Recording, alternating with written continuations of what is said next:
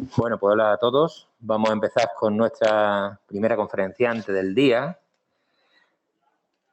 Tamara Germanovich.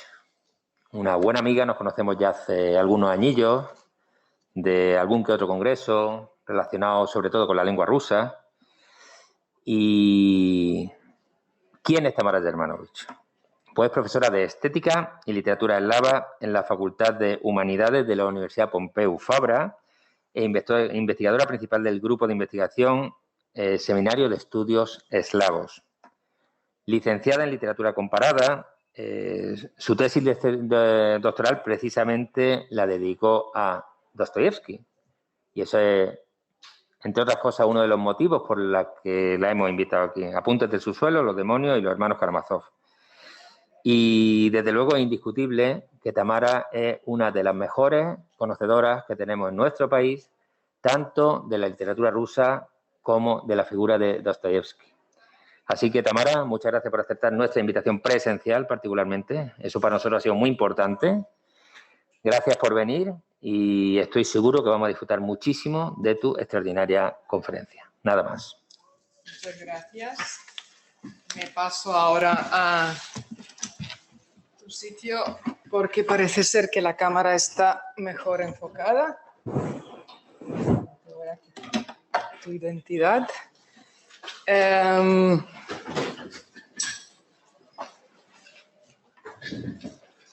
Buenos días, muchas gracias por organizar estas conferencias. De hecho, este es el primer acto así de este tipo, con varias conferencias de varios días que se organiza en España. Que yo sepa, nosotros también estamos planificando un simposio en noviembre en Barcelona, pero Granada siempre es pionera y a veces única.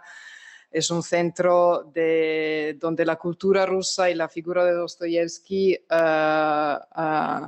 tienen mucha presencia, se estudian, nos invitan y es un placer que en este año que se celebra el bicentenario del escritor ruso, pues podamos iniciar estos eventos académicos aquí en Granada. Y gracias por invitarme.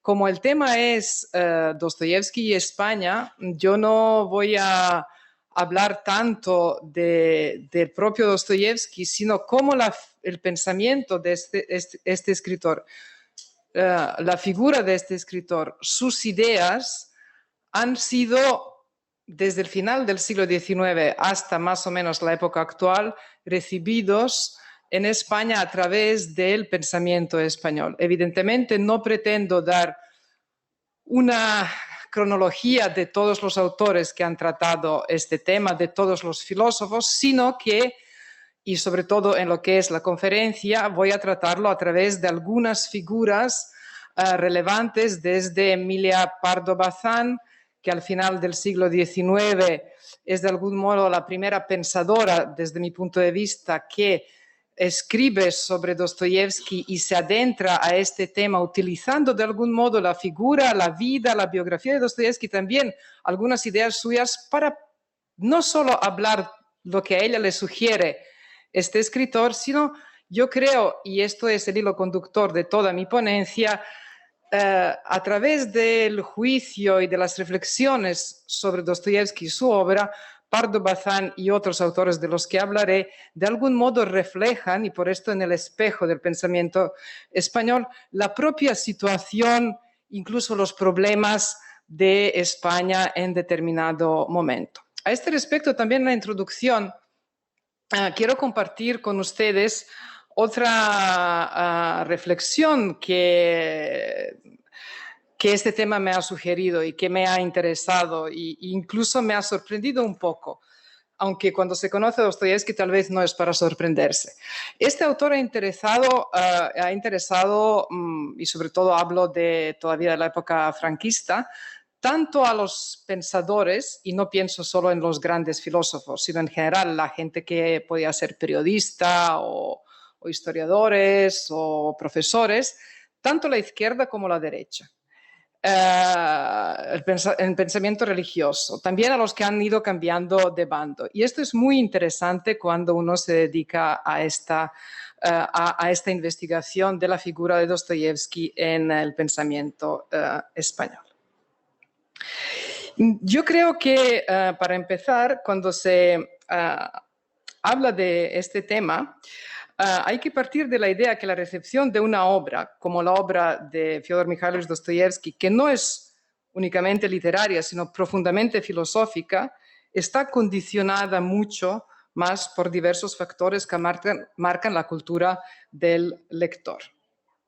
Entonces, como he dicho, un poco el hilo conductor de mi reflexión es que la recepción de Dostoyevsky en España permite ver también cómo cambiaba el pulso de este país al nivel social, político, religioso, histórico, intelectual y otros.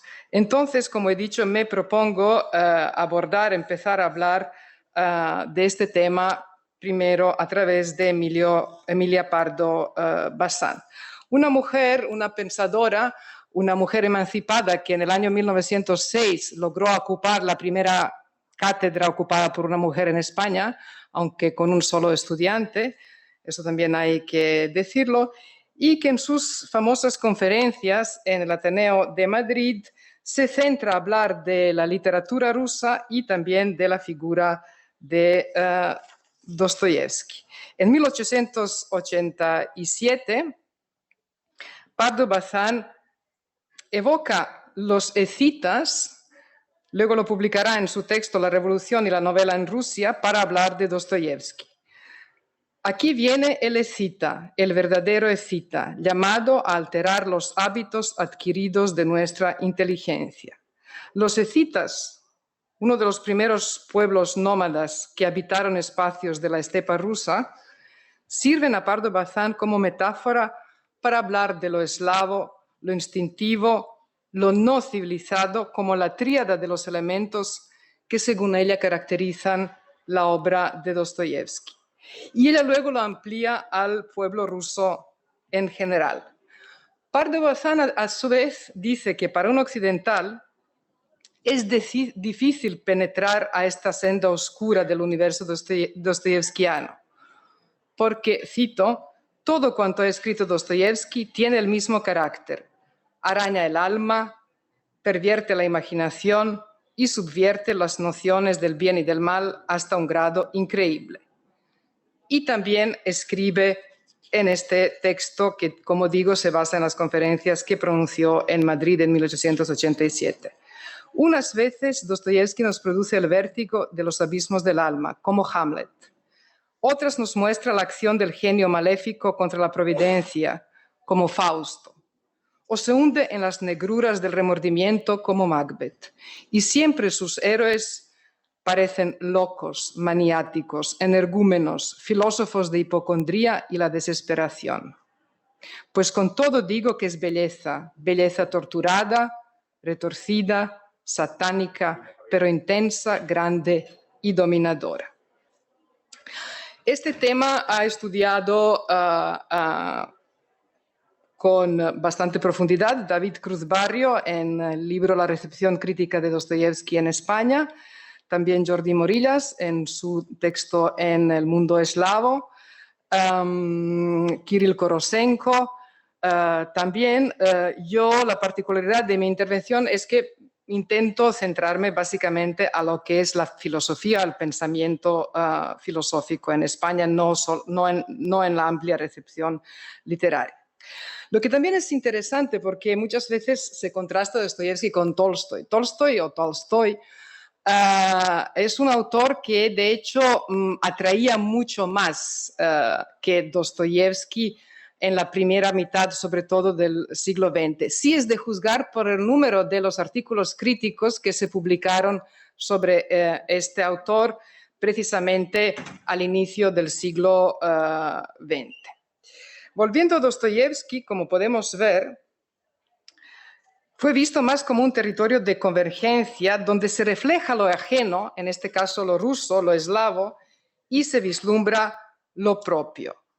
Una especie de juego de espejos que figuras hasta cierto punto quijotescas de la filosofía española iluminaban desde aspectos materiales y espirituales de la vida rusa y española. Y de hecho, los pensadores que de algún modo utilizo para hablar de mi tema, Pardo Bazán, Ortega y Gasset, Miguel de Unamuno, Aranguren y Rafael Argullol, creo que no representan un movimiento, sino que son figuras individuales de la filosofía española desde mi punto de vista. La condesa Pardo Bazán confiesa que la novela Crimen y Castigo fue para ella el lúgubre pórtico que le permitió entrar, como ella dice, en el edificio de las letras rusas. Pero también confiesa que no logró descifrar este universo. Rusia es, para ir acabando con las reflexiones de Pardo Bazán sobre Dostoyevsky, ante todo un enigma. Otros lo resuelven si a tanto alcanza. Yo no pude, dice Pardo Bazán. Me llamó la esfinge. Puse mis ojos en los suyos, hondos como el abismo. Sentí el dulce vértigo de lo desconocido. Interrogué y, como el poeta alemán, aguardo sin gran esperanza a que el rumor del oleaje me traiga la respuesta. Para concluir con Pardo Bazán, ella en su libro, que más allá, como podemos ver por estas reflexiones, de la crítica literaria, ofrece reflexiones políticos, sociales, antropológicas, psicológicas, a partir de la obra dostoyevskiana, se hace incursiones a la cultura y a la historia rusa, y Dostoyevsky no es el único tema que trata.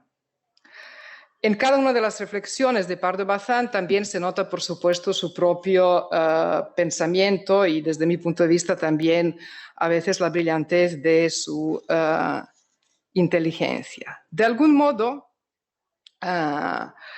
Pardo Bazán sí que englutina a momentos, podemos llamar incluso prejuicios, que respecto a este país eslavo a partir de Dostoyevsky se han ido creando, posiblemente primero en Francia, y que esto llega también a España, pero yo creo que acierta y que dice algunas cosas muy relevantes para la recepción también de Dostoyevsky en Occidente y en España. Pardo Bazán fue, cito a Cruz Barrio, la primera en hablarnos de Dostoyevsky en España. Ahí residen las deficiencias inherentes, pero también sus méritos. Sus libros son los que le ponen a uno enfermo, aunque se pase de sano, dice Pardo Bazán respecto a Dostoyevsky. Ejercen un influjo perturbador. El padecer le alumbra, le templa el suplicio, las lágrimas endulzan su hiel y el dolor es su religión suprema. Prácticamente todas las citas y los comentarios de los autores que yo citaré tienen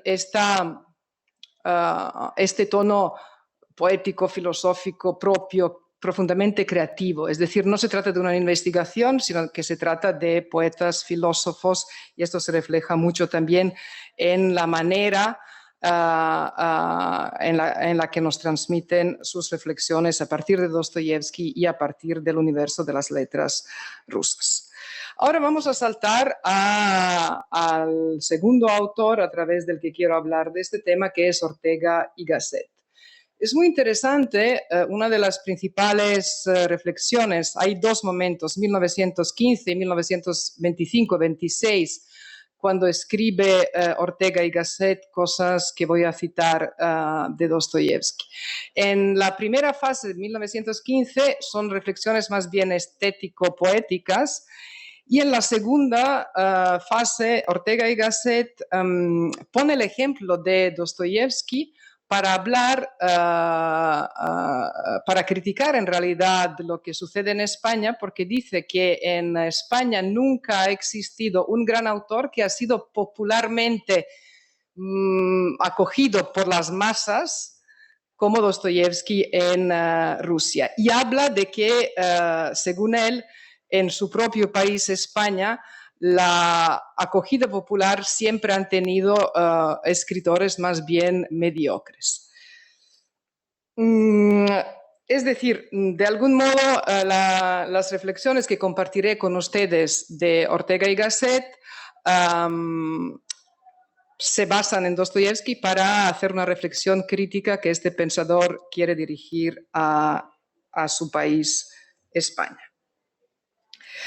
Evoca Ortega y Gasset la figura del escritor ruso para constatar que uno de los problemas de España es de no haber tenido genios así de independientes y universales reconocidos popularmente. Sí que ha habido genios, pero no reconocidos por el pueblo. Cito: si fuésemos herederos de una edad tan favorable que durante ella hubiesen florecido en España un Bismarck, un Cavour, un Victor Hugo o un Dostoyevsky,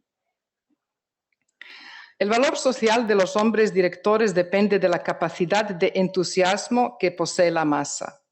En un país, dice Ortega y Gasset, donde la masa es incapaz de humildad, entusiasmo y adoración, se dan todas las probabilidades para que los únicos escritores influyentes sean los más vulgares, es decir, los más fácilmente asimilables, es decir, los más imbéciles. En palabras de Ortega y Gasset, en el texto Introducción a una estimativa, publicado en Revista de Occidente en octubre de 1923. Dostoyevsky y Rusia, desde esta perspectiva, para Ortega representan justo lo contrario. Y el problema, vuelvo a decir, que él ve en España es la ausencia de un entusiasmo colectivo que él atribuye a Rusia y que apoya la creatividad espiritual individual de un genio como fue Dostoyevsky. Su misión consiste, dice Ortega, precisamente en superar el aislamiento, la limitación del individuo. Y esto incluso él llega a decir que este problema del que habla es la causa, según Ortega, de la desintegración de España. Es interesante que en un artículo donde él habla en 1926, me parece, es del País Vasco y de Cataluña, hablando de un tema político español, también utiliza la figura de Dostoyevsky para hablar de ello.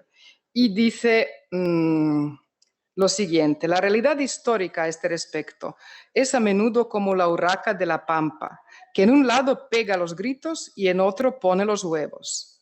De esta manera puede contribuir este estudio a dirigir la atención hacia estratos más hondos y extensos de la existencia española, donde la verdad anidan dolores que luego dan sus gritos en Barcelona o en Bilbao. Se trata de una extremada atrofia.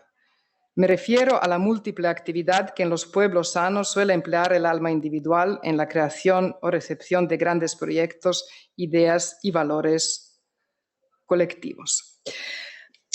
Yo creo que hasta este punto lo que podemos observar a través de estas dos voces que hasta ahora he citado es que se trata de reflexiones que parten de Dostoyevsky, sus ideas y su obra, y que por otro lado el autor se permite, desde su propia creatividad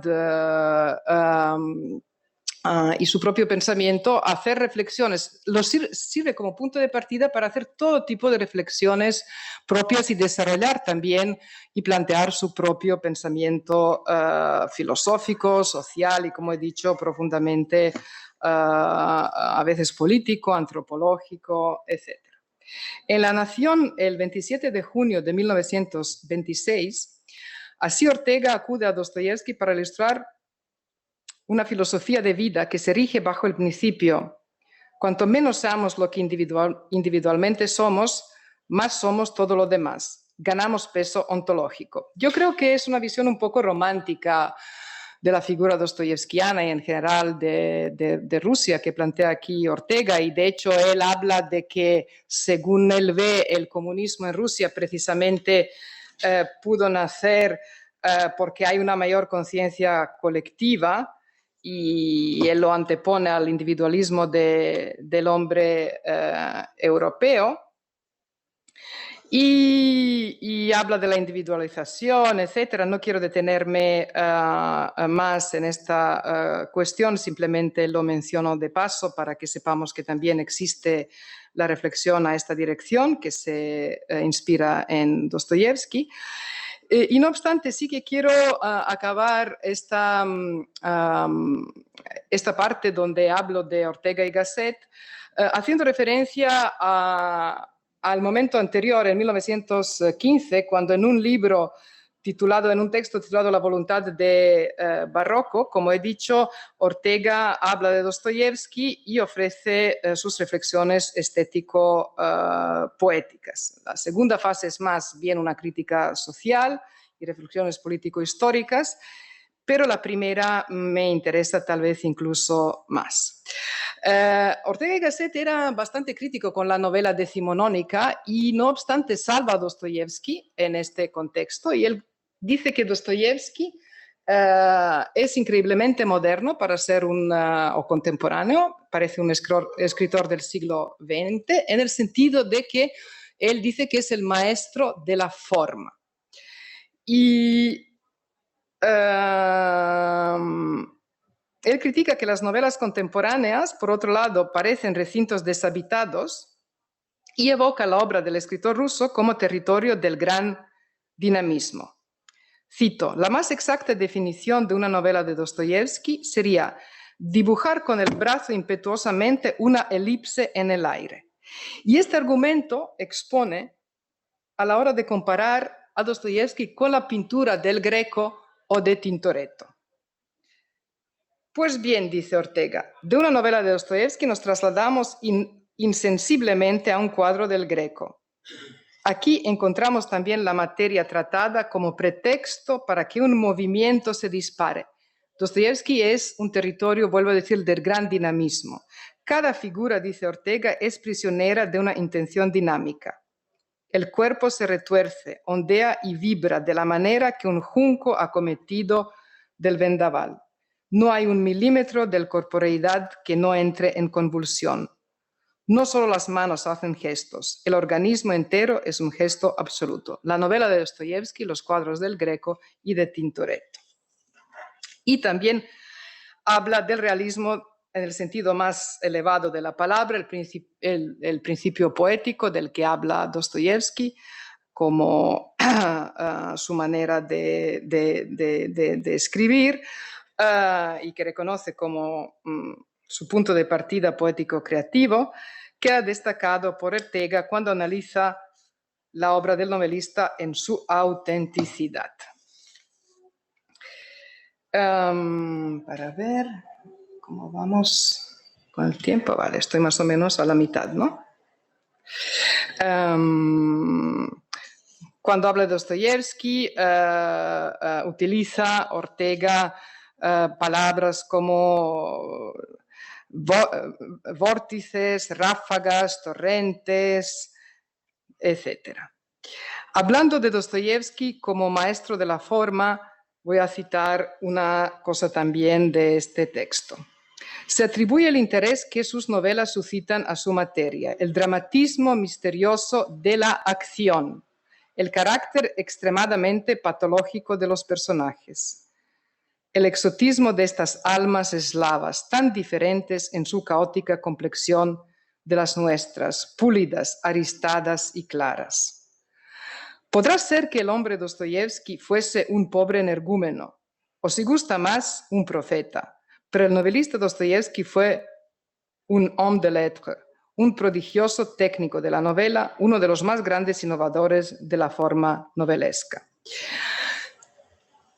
Como he dicho antes, no se trata de un investigador. Los que hemos investigado más la obra de Dostoyevsky seguramente cuestionaríamos muchas cosas que aquí dice Ortega y Gasset, ¿no? Pero digamos, el valor de las reflexiones de un Ortega y Gasset, de Unamuno, de Pardo Bazán, por esto digo, en el espejo, ¿no? que se convierten en otra cosa, que lo utilizan de algún modo para ofrecernos sus propias reflexiones, pero que tienen algo también de profundamente auténtico, cierto, algunas ideas cazadas al vuelo, al menos que a mí me parecen muy interesantes. Y voy a concluir esta parte de Ortega con una cita del mismo texto, donde entre las numerosas observaciones estéticas, donde Ortega y Gasset habla del estilo del escritor ruso, habla de la dialéctica de sus personajes, de los personajes dostoyevskianos, en el sentido que él considera que exigen un esfuerzo adicional de nosotros, del lector, y sobre todo del lector occidental, o si queréis, del lector español. Y dice lo siguiente: no parece fácil que un lector de Sevilla haya conocido nunca gentes con el alma tan caótica y turbulenta como los Karamazov. Y sin embargo, a poco sensible que sea, el mecanismo psíquico de estas almas le parece tan forzoso, tan evidente como el funcionamiento de una demostración geométrica. En esta línea estética, poética, el personaje literario, según Ortega, en el caso de Dostoyevski, se completa en la mente del lector. Una idea, por otro lado, muy propia a la corriente de la estética y poética de la recepción contemporánea. Y ahora pasamos a la segunda parte de esta intervención, digo por el tiempo, y voy a hablar un poco de Unamuno. ¿Qué nos dice Unamuno? Kirill Korosenko, Jordi Morillas y Barrio también han tratado profundamente este tema en sus escritos citados. Dostoyevski es, dice Unamuno, debo confesarlo, mi principal fuente respecto a Rusia. Mi Rusia es la Rusia de Dostoyevski. Si la Rusia real y verdadera de hoy no es esa, todo lo que voy a decir carecerá de valor. Yo hago votos por el triunfo de la filosofía, es decir, de la concepción y el sentimiento que de la vida y del mundo tenía Dostoyevski. Claro, Unamuno, como todos saben, tiene un estilo muchas veces profundamente marcado por lo subjetivo, por lo trágico. Entonces menciona tanto a Dostoyevski como a la literatura rusa en diversos ensayos dispersos y en libros y años diferentes para afirmar, como hemos visto, que precisamente la literatura clásica rusa le sirvió para crearse una imagen de Rusia, no solo de su literatura, sino también de su realidad, o si queremos también de su realidad espiritual. Y entonces dice que no importa que sea un país lejano y una lengua tan impenetrable, tan incomprensible para él, ya que disponer de una literatura como la rusa posibilita conocer el mundo ruso desde dentro.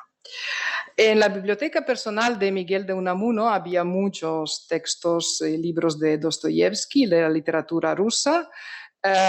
Predominaba probablemente, parece ser, básicamente en traducciones inglesas y francesas, aunque también con algún título en castellano. También le interesaba mucho Tolstoy a Unamuno. Y especialmente en la década de alrededor de 1900, cuando se centraba en la figura de Don Quijote, establecía como un triángulo donde por un lado ponía a Don Quijote, por otro a Cristo y en tercero a Tolstoy.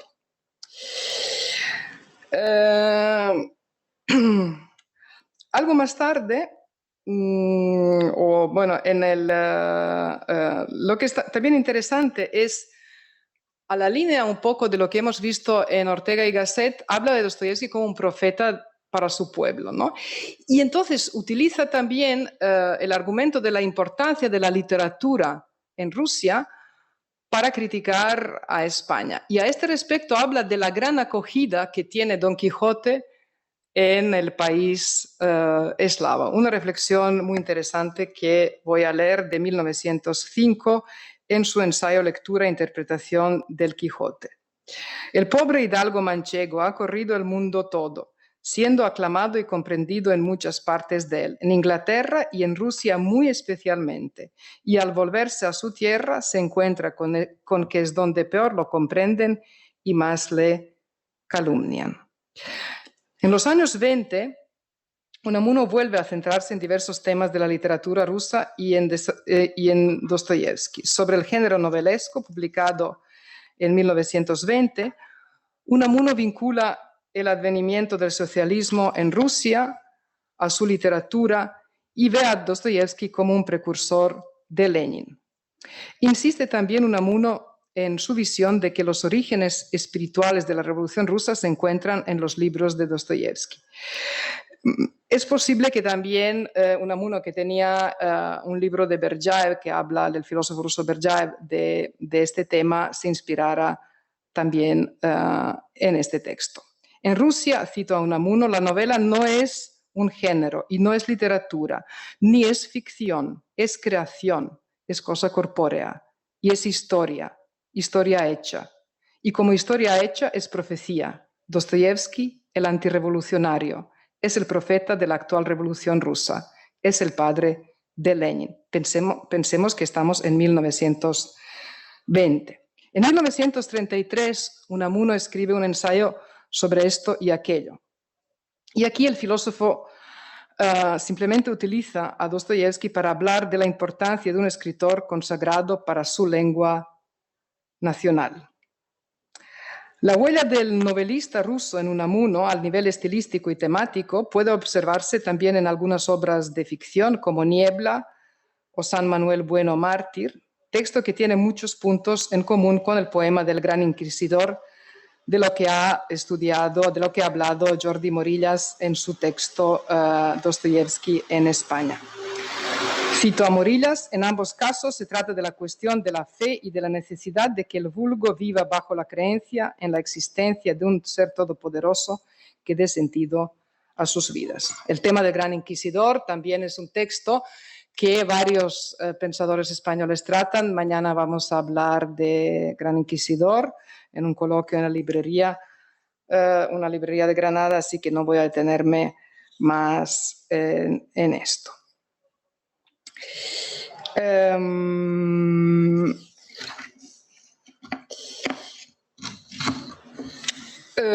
Y para concluir, así tengo que ir saltando un poco para no abusar de su tiempo.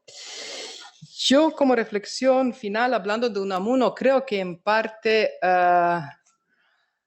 tiene una visión algo romántica de toda esta cuestión de la literatura rusa, del pueblo ruso en relación con su literatura y a Dostoyevsky. Tal vez cumple o hace Unamuno aquello que Dostoyevsky proponía al lector occidental cuando en Diario de un escritor dice: no nos valoréis por lo que somos, sino por lo que nos gustaría ser, porque siempre hemos tenido ideales muy elevados. Es de algún modo lo que Miguel de Unamuno, en su lectura de los autores rusos presididos por Dostoyevsky, hizo, diciendo que encontró en él su alma gemela, irracional y apasionada, atormentada como la suya por el sufrimiento universal de la humanidad. Ambos, asimismo, Unamuno y Dostoyevsky, buscaban cómo mediante la palabra escrita se puede ofrecer algún remedio. En la segunda mitad del siglo XX empiezo y acabo. Voy a presentar solo dos voces.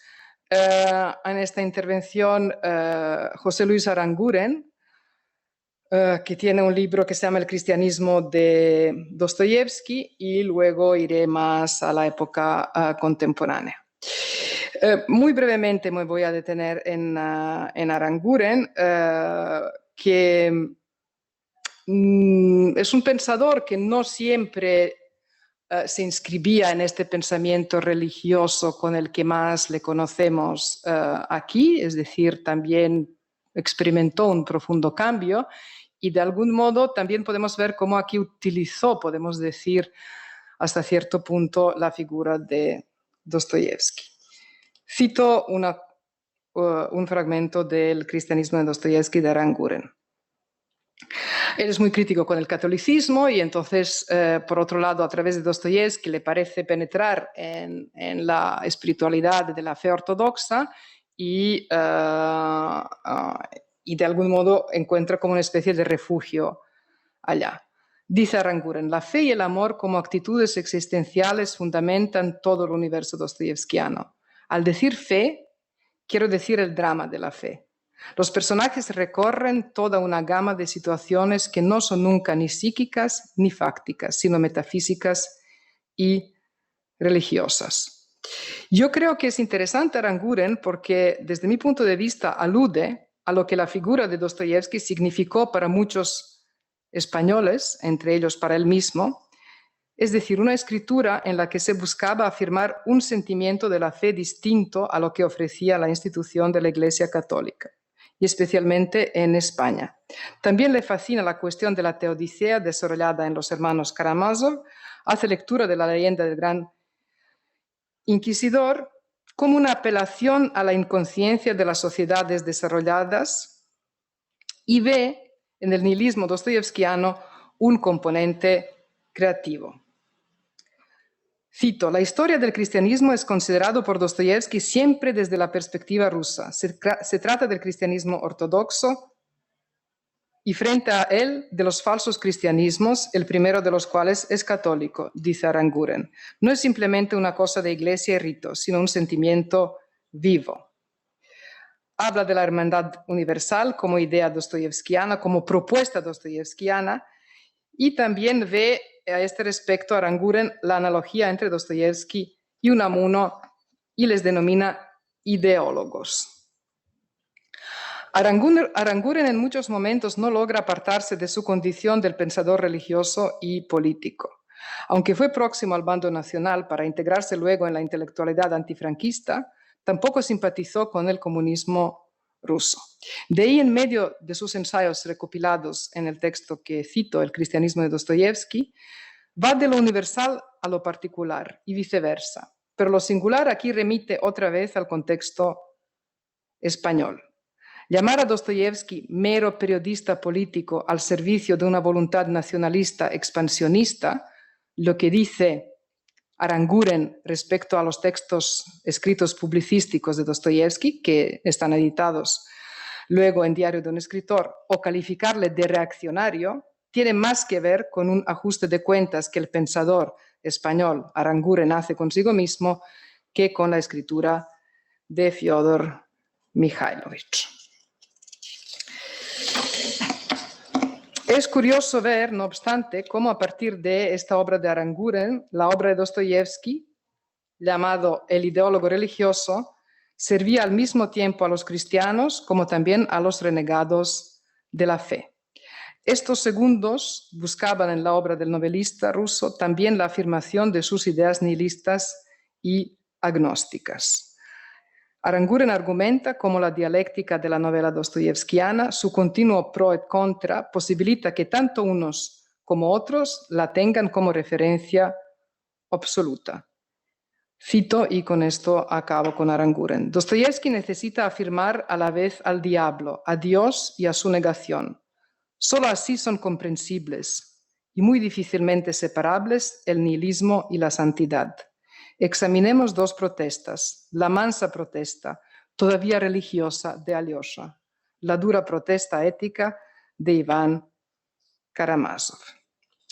En este contexto, el escritor ruso también ha sido refugio a todos los buscadores de Dios alternativos que aspiran a una espiritualidad que comprende al hombre también en sus abismos infernales. Aranguren concluye su libro hablando del nihilismo, de una nada expiatoria llena de Dios, como dice él, nada expiatoria llena de Dios, que según señala, revela la obra dostoyevskiana. Ya en estas reflexiones de Aranguren, aunque enfocadas desde lo religioso y lo ético, vislumbra una aproximación a Dostoyevsky más universal, una mirada independiente e individual a la obra de nuestro escritor que intentamos presentar en el próximo, el último apartado de esta ponencia. Y aquí me permitirán compartir con ustedes Voy a citar algunas cosas de Rafael Argullol, que es escritor, filósofo contemporáneo, fue profesor mío también, y de dos pensadores más que también conocí personalmente, Eugenio Trías, el filósofo Eugenio Trías, que murió hace algo menos de 10 años, y Paco Fernández Buey, que también murió hace 6 años, que fue un filósofo de izquierdas, marxista, y que también se dedicó en su pensamiento, en sus escritos también, podemos decir, partió de la figura de Dostoyevsky para hablar de algunas ideas propias. No obstante, creo que Fernández Buey y Eugenio Trías, de algún modo, sobre todo Paco Fernández Buey, hay esta visión también ideológica cuando habla de Dostoyevsky. Él, por ejemplo, me contaba cómo él leía cuando era estudiante en Palencia y en Valladolid. Parece estudió el cura de su pueblo, cerca de Valladolid, donde iba al instituto, se percató que él en la biblioteca leía a Dostoyevsky. Entonces, todo lo que leía el joven Paco Fernández Buey, el cura lo quitaba de las estanterías de la biblioteca porque consideraba que puede ser una lectura subversiva y peligrosa, ¿no? Y luego también me contó cómo cuando estuvo haciendo el servicio militar en la Sáhara, tenía, no sé si Crimen y Castigo o no, en Los demonios de Dostoyevsky, y que lo enterraban bajo arena para que nadie encontrara esta literatura subversiva que consumía en diversos momentos de una manera muy intensa. Con lo cual menciono a estos dos filósofos contemporáneos, y digo, lo menciono porque aquí sí que hay muchísima más cosa tal vez en la que podemos centrarnos, pero he escogido a estos autores que personalmente he tenido el privilegio de conocer y creo que forman parte del pensamiento español de la última parte del siglo XX y el comienzo del XXI.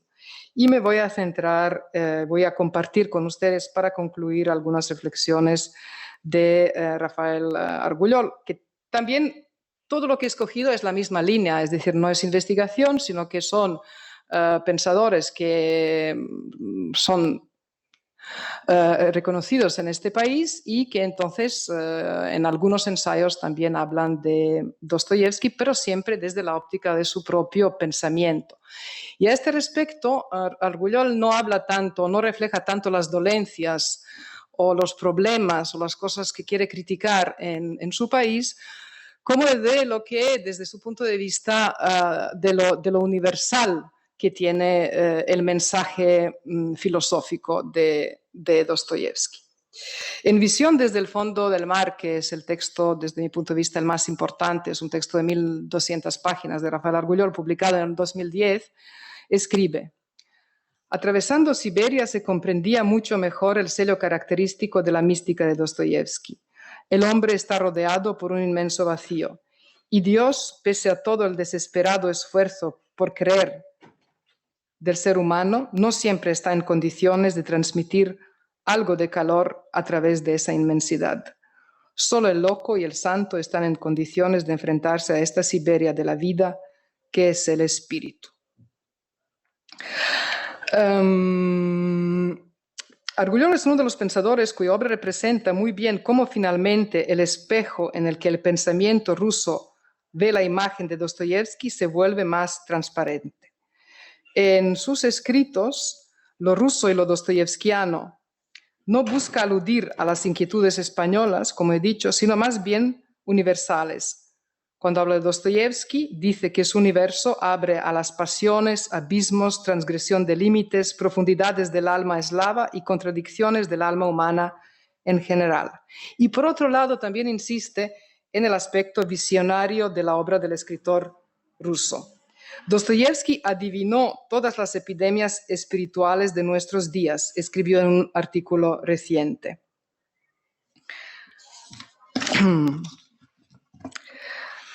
Cuando en Visión desde el fondo del mar, Argullol sitúa a Dostoyevsky en una sala de espejos donde se escucha una polifonía de voces de grandes escritores, polemiza con unos y otros, pasando del idealismo a un muy particular socialismo, habla de Dostoyevsky, y de la eslavofilia a la mística. Cito: las ideologías de Dostoyevsky atraviesan caóticamente sus escenarios novelísticos, aunque ninguno de los libros posee fuerza suficiente como para erigirse en centro de gravedad. Es difícil para quien escribe La belleza salvará el mundo, el idiota, llegar a creer que pueda salvarse ese mismo mundo por la intervención de una doctrina. Y ya para ir concluyendo, también quiero mencionar que el maestro de Argullol fue José María Valverde, un gran profesor, pensador, exiliado en la época franquista, volvió a España en los años 70, él fue maestro de Rafael Argullol. Y yo creo que voy a citar una cosa que escribió Valverde, en parte lo que el propio Rafael Argullol reflexiona, de algún modo se inscribe también en lo que Valverde decía sobre Dostoyevsky. Nos sale al paso una figura que desborda de toda escuela y toda clasificación posible. Quizá es contraproducente querer dar ideas esquemáticas sobre una novelística cuyo elemento básico es la complejidad, la contradicción sin resolver, fundida en dispararse del alma hacia algo fuera de ella, el prójimo, Dios, escribe Valverde. Dostoyevsky, aunque represente el alma rusa de su tiempo, no representa la tendencia de su literatura, y su influjo, aún sobre los escritores mismos, es más bien espiritual que técnicamente literario. Argullol, por su parte, escribe que lo que le atrae especialmente de Dostoyevsky es la amplitud de sus miradas, su comprensión acerca de la complejidad del ser humano y también de los asuntos de la vida. Y la maestría principal que señala el filósofo español en la obra del escritor ruso es su capacidad de adentrarse en el universo interior del hombre, su mundo psicológico. Es insuperable a la hora de transmitirnos la vida interna de sus personajes. No posee la elegancia de Pushkin, ni la sutileza de Chekhov, ni el poder ordenador de Tolstoy, escribe Argullol, pero está por encima de estos cuando se trata de desarrollar hasta el límite las pulsiones de sus héroes. Todas sus novelas son, como sabemos, espacios asfixiantes donde se entrecruzan las pasiones humanas. Y por último, Argullol insiste que Dostoyevsky es un autor que tiene, como pocos, el poder de atraer a los lectores jóvenes, de fascinar a los lectores jóvenes, reflexionando, por otro lado, que es una tarea muy ardua en la actualidad y que, no obstante, Dostoyevsky sigue siendo un autor que se lee también por la juventud. Y en breves páginas de un ensayo que escribe sobre el jugador, utiliza esta novela y habla mucho más ampliamente de Dostoyevsky, resumiendo las dimensiones de la literatura dostoyevskiana, la psicológica, la social, la antropológica, diciendo que todos estos niveles de lectura reflejan el acontecer de nuestra existencia, es decir, que es increíblemente actual y que por esto también es leído por los lectores jóvenes.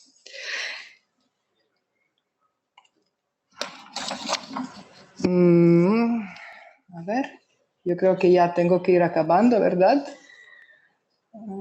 Sí, 2 minutos más. Argullol reconoce que Dostoyevsky no ordena, no vertebra, no sistematiza, avanza siempre entre torbellinos de ideas y bellezas confusas. En este contexto también resalta que el mensaje que en su obra se encuentra es de una poética de la experiencia, donde el escritor ruso siempre da primacía a la vida frente a la ficción literaria.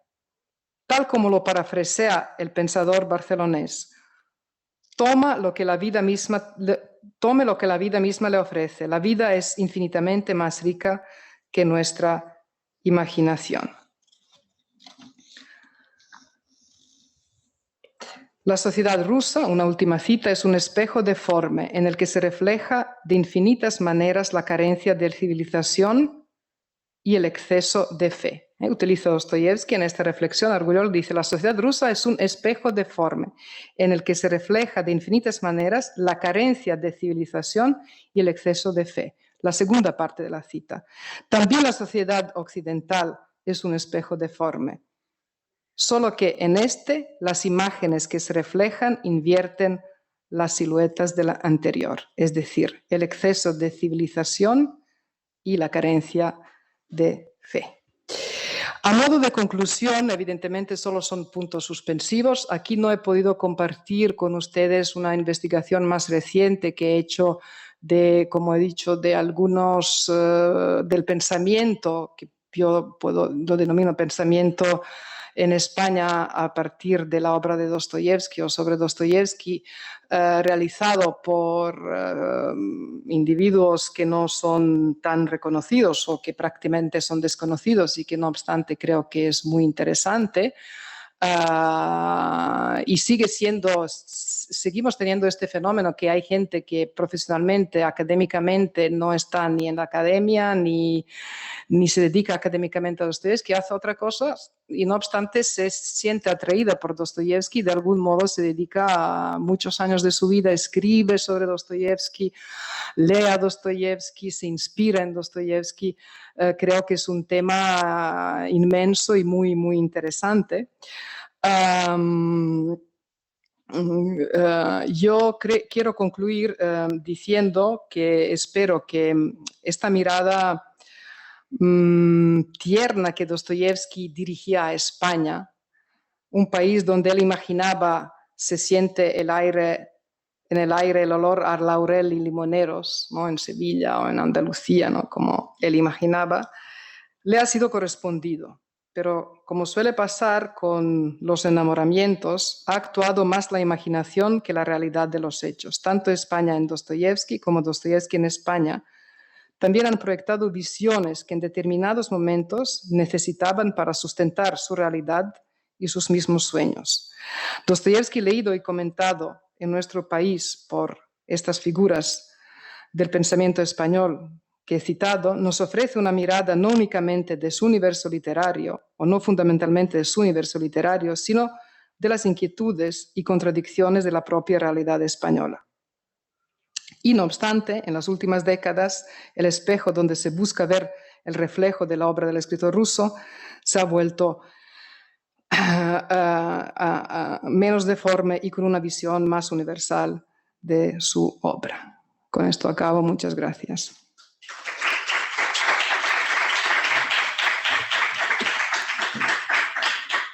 ¿Alguna pregunta para Tamara? Hay preguntas también. ¿Preguntas? Me falta aire con esta mascarilla. Bueno, pues yo agradecer a la intervención porque nos ha presentado a varios autores y nos ha ilustrado bastante bien, ¿no? De una manera, claro, en un margen de tiempo que cada autor hemos podido entender, bueno, conocemos, ¿no? Que es todo. Ha creado un en torno a Dostoyevsky, ¿no? Y yo no sé si más quizás que preguntas, puntualizaciones, o bueno, si quiere hacer un comentario al respecto, pero por mi parte sería que su comentario, ¿no? Por ejemplo, Aranguren, es que yo lo leí hace tiempo, y no lo tengo ahora muy fresco, pero sobre el cristianismo de Dostoyevsky, y él cuando habla se centra sobre todo en la diferencia entre el catolicismo y la ortodoxia. Entiendo que lo hace más como un planteamiento filosófico, porque desde el punto de vista teológico, cristianismo y ortodoxia en realidad prácticamente no se diferencia. A nivel dogmático hay algunas pequeñas diferencias, ¿no? El cristianismo tradicional y en realidad no. Sí es cierto que por razones históricas hay esa separación, ¿no? Por parte de sobre todo de los ortodoxos con respecto al catolicismo, porque hay por la cuestión de la soberanía y la autoridad. No hay otro más porque si no me extendería demasiado, que creo que en parte es lo que plantea Dostoyevsky el Gran Inquisidor, ¿no? Porque ahí obviamente está criticando al catolicismo, ¿no? Luego, son un par de cosillas, ¿no? Sobre el cuidado de los arangurenses, ¿no? De los creyentes, que tanto creyentes como analistas y agnósticos se sienten identificados con él. Me entiendo sobre todo porque, claro, Dostoyevski deja que cada personaje hable con su programa ideológico y hay varios nihilistas, pero sobre todo Iván Karamazov, ¿no?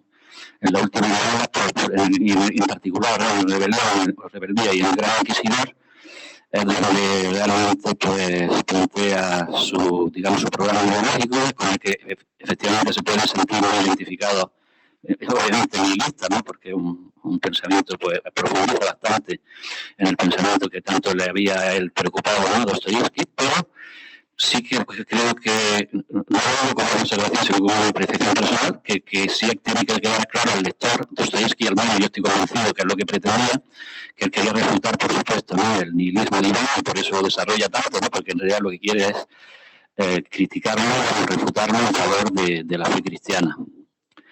Y sobre. Me ha llamado la atención, he tomado nota de Argullol, de Dostoyevski ha animado todas las opiniones contemporáneas, ¿no? Creo que ha dicho algo así. Sí, la verdad que me ha llamado mucho la atención. Bueno, ya nada más, no sé si quieres comentar algo. Muchísimas gracias. Sí, estoy de acuerdo con lo que dices y de hecho es una ampliación, es un comentario al que te agradezco, muy interesante para compartir también. A partir de este tema, yo creo que lo que pasa universalmente hablando, y aquí lo vemos reflejado a través de estas reflexiones a partir de Dostoyevski, por ejemplo, en la filosofía, en estas figuras de la filosofía española que he citado, ¿qué hacen? Nada.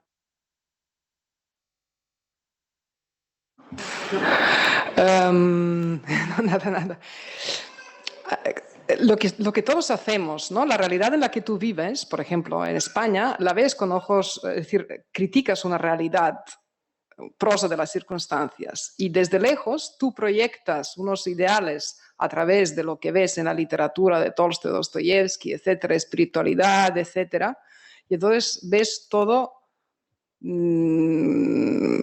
digamos, mucho más poético. Es decir, él no ve la institución de la Iglesia, que es lo que, por ejemplo, podría criticar Aranguren, sino que ve esta mística a través, por ejemplo, de Alyosha Karamazov, o a través de diferentes voces que él ve, o a través de lo que propio Dostoyevsky en sus dudas también plantea, ¿no?